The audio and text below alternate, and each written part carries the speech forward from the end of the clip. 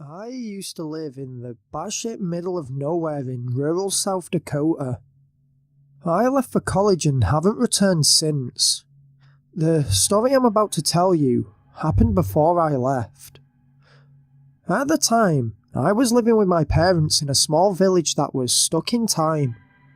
The nearest decent-sized settlement was a fair distance away, and a lot of us villagers led secluded lives and very rarely ventured out. When I began to notice the events, I had just learnt to drive and had been handed down my first car, a Ford Pinto.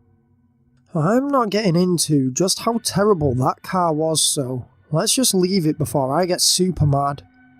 Anyway, like I say, I had just learnt to drive and was 19. I was young and wanted to experience the world and took baby steps by driving out of our village on the weekends. To head to this town, you had to follow a long winding road for about 20 kilometers before you would reach one of the state highways, which would take you onto the town. The drive on the winding road was generally boring. It was just rolling fields of corn or pumpkins scattered with the odd dirt road and derelict barn.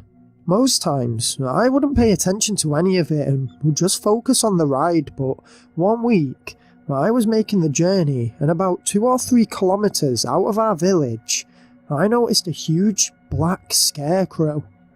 It was a good 8 feet tall and thick built. Its gown was a full black leather outfit, and the sack that made its head was brown with dirt and age, and it seemed to have horsehair running down from under an old hat to give this crucified monster a set of thick, oil-black hair. I noticed it because on a journey where everything is vanilla, the slightest thing seems to catch your eye.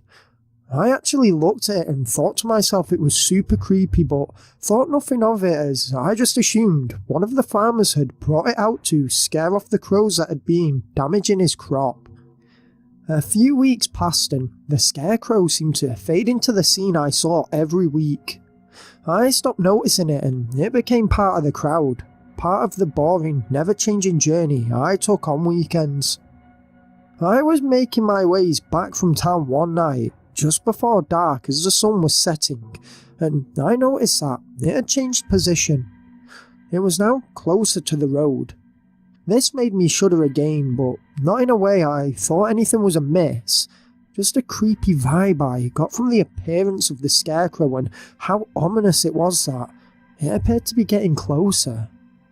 Over the next few months, the scarecrow would now move more and more frequently, always moving closer to the road but also moving left or right without rhyme or reason. I still assumed that this was all normal and that maybe the crows were coming from the direction of the road, which explained the farmer moving it closer. I still carried on, never really giving it a second thought. After all, it was just a scarecrow. Winter rolled in and with it came the dark. The scarecrow continued moving, but it was now late December and crows weren't really a big issue this time of year. Well, not big enough to merit such frequent relocation of a massive heavy scarecrow like that. One night, it was raining, quite heavily for where I lived, and it was dark. I had my high beams on and was nearing the scarecrow field. Looking back, the weather seemed to foreshadow the negative feelings I experienced. As I drove past, I saw the scarecrow. It had moved again and was now right up close to the fence of the field. It was literally about 7 feet away from my vehicle. As I drove towards it, it seemed to blow in the wind and its outstretched arm followed the pace of my car perfectly as I passed, as if it was pointing. The sinister stitching of its face made me shut my eyes, as dangerous as that is, but whilst I went past. As I drove away, I looked in my rearview mirror and it was facing my car. I was thoroughly creeped out enough to bring it up to my dad in conversation when we were out and about, asking if he'd seen the creepy scarecrow. He laughed and replied he'd seen a fair few in his time and asked whereabouts on the road it was. We all know the area like the back of our hand, so as I was explaining, it didn't take long for a look of terror to grow on his face. He told me that he hadn't seen it and that if he went into town, which he never did, he would keep his eyes peeled. That night, he came into my room and told me that something about what I told him today had bothered him. He asked if I was sure the field was where I said it was and asked if I'd actually noticed any crops growing. If I was honest, I wasn't sure. I never paid that much attention to the crops, but I told him I was sure of the field's location. What my dad told me sent deathly chills running through my shuddering body. He told me that the farmer of that field died over 20 years ago, before I was even born, and that his house, which I could never see behind a line of trees, was in a state of disrepair as no one had lived there since.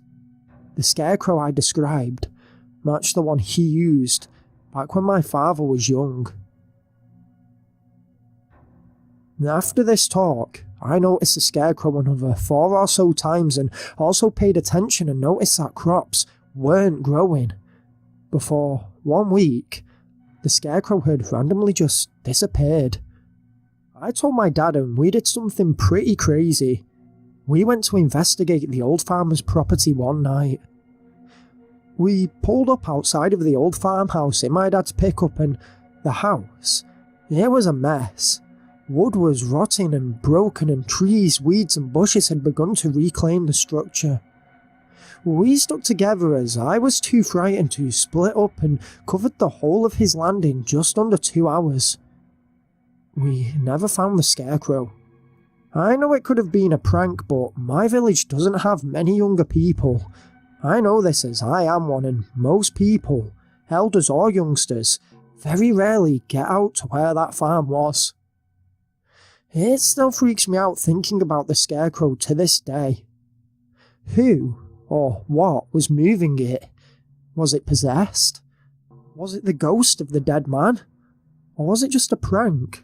And where did it suddenly disappear to? It was huge, and even if kids had been moving it, they couldn't move it far. It would have been too heavy.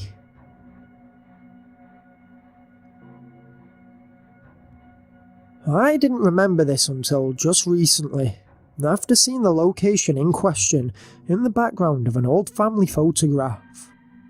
My great-grandparents, on my father's side, used to live in farm country.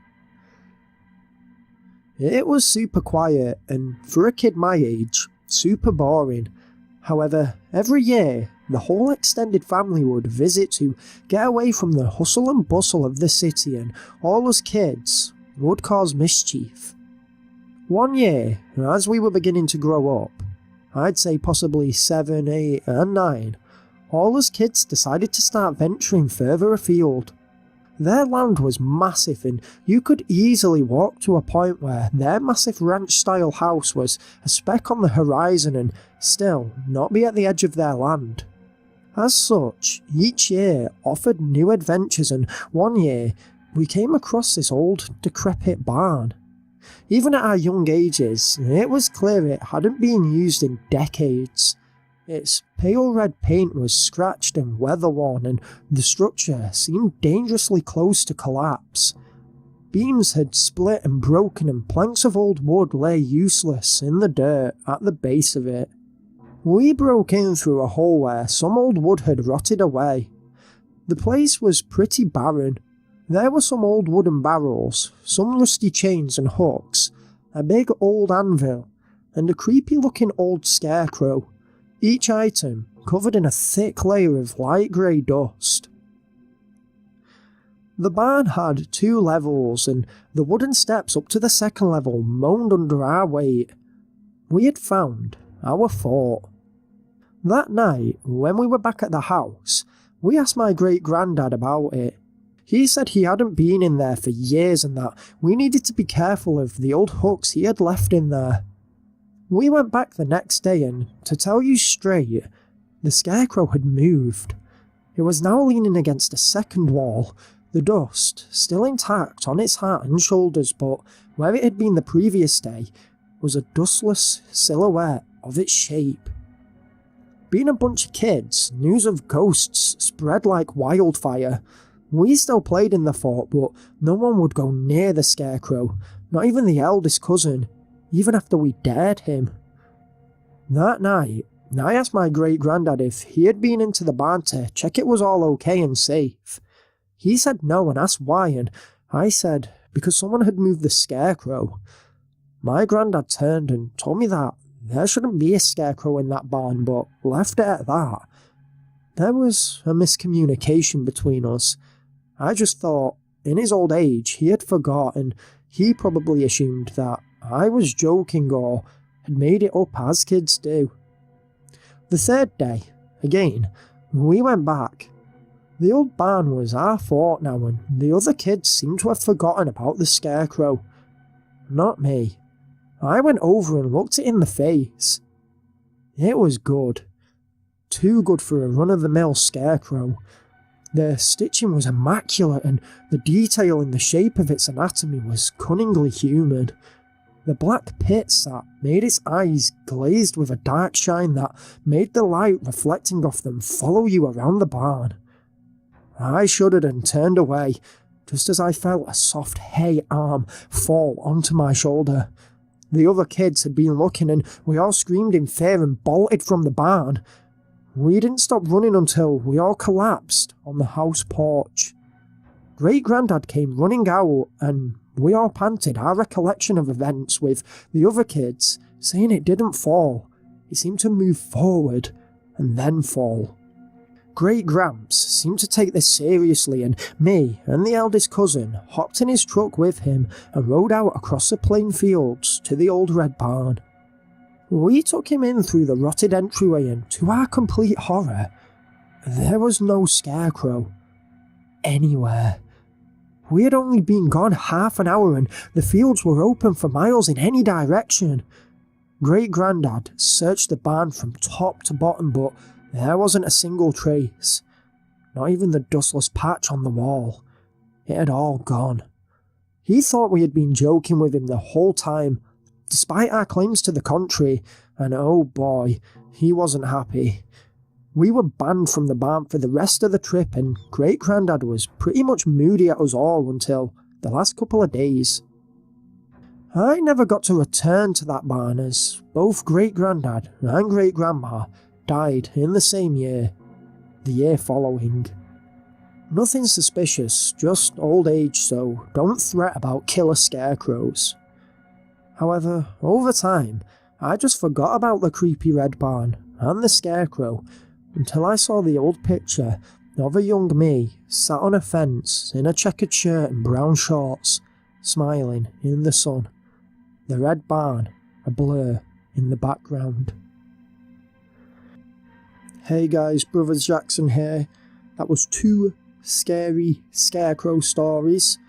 I really hope you enjoyed them because I actually wrote one of these stories for you guys, and it took me a long time because it was my first time at writing a story. I had to go back and read a ton of stories that I've previously narrated and everything to sort of make sure I got like some of the key lines right and stuff like that, and the right words, because like, I mean, I know it is a bit of amateur writing if you get me, but I wanted it to come across as it definitely wasn't written by a writer. Do you know, like the true scary stories are?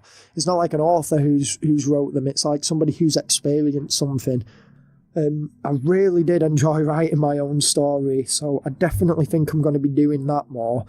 And I hope you guys enjoyed both the stories too. Obviously, these stories aren't true, but I tried to write mine in like the style of a true encounter sort of thing. So I really do hope you enjoyed it. Let me know in the comments if you'd like to see me write more of my own content like that, because I mean, like I say, I really enjoyed it. I had a blast this week writing that. Don't forget to like, comment and subscribe for more. We still need to hit that 1,000 subs target, And we also still have some watch time to creep up on. A few other things. You might see some changes coming to the channel. Hopefully I'm going to be working on a new banner. I've got a week off coming up soon and I'll start working on a new banner. I've changed the layout of my channel homepage now, so like season 2 playlist is there and the uploads, popular uploads, stuff like that. I've jigged that about. I've added some other narrators to the related channels on my homepage, and I've got a few other bits that I want to do. I'm going to start adding closed captions to my videos. I'm going to start updating my social media a lot more, trying to bring that up to speed. The one that will be most difficult to do will be my Tumblr page, because that's going to be the scripts for the videos, so I'll be updating that as I update my closed captions. Instagram, I'm always posting on there. Go follow me on Instagram. I've got no issues with that. I'm always on there. Facebook, I'm going to be catching up on. Obviously, I want to do some stuff on SoundCloud. Sorry, mind went so blank then. SoundCloud, but I know that I need to pay for a premium subscription, but I still think, because I've not been on SoundCloud in so long, I still think I've got a certain amount of time per month to upload. So if that's the case, I'll start slowly updating on that until I can actually afford to get the premium account. And I might start a Twitter if that's something you guys would like. Do you know, like just little tweets, not about, oh, I just had a shower, or oh, I've just cooked tea, but you know, just like, letting you know that a new video's up. So let me know if you'd want a Twitter as well. So don't forget to like, comment, subscribe for more, and hit that bell notification to be notified when I upload. Thank you so much for your support, guys. Peace.